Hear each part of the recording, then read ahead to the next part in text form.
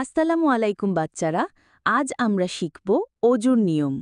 অজু ছাড়া নামাজ হয় না, তাই প্রতিটি মুসলমানের জন্য অজু শেখা খুব জরুরি। স্যার, অজু করতে হলে কি কি করতে হয়? খুব ভালো প্রশ্ন। অজু করার ধাপগুলো আমি একে একে বলছি। ১. প্রথমে নিয়ত করবে, আমি অজু করছি পবিত্র হওয়ার জন্য। ২. বিসমিল্লাহ বলবে। ৩. দুই হাত কবজি পর্যন্ত ৩ বার ধুবে। ৪. মুখ ৩ বার কুলি করবে। ৫. নাকের ভেতরে পানি নিয়ে ৩ বার পরিষ্কার করবে। ৬. মুখ ৩ বার ধুবে। ৭. হাত কনুই পর্যন্ত ৩ বার ধুবে, আগে ডান হাত, তারপর বাম হাত। ৮.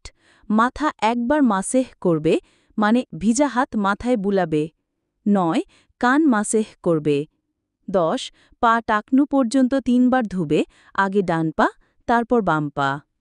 স্যার, এতগুলো ধাপ মনে রাখা কি কঠিন হবে না? না বাচ্চারা, একদম কঠিন নয়।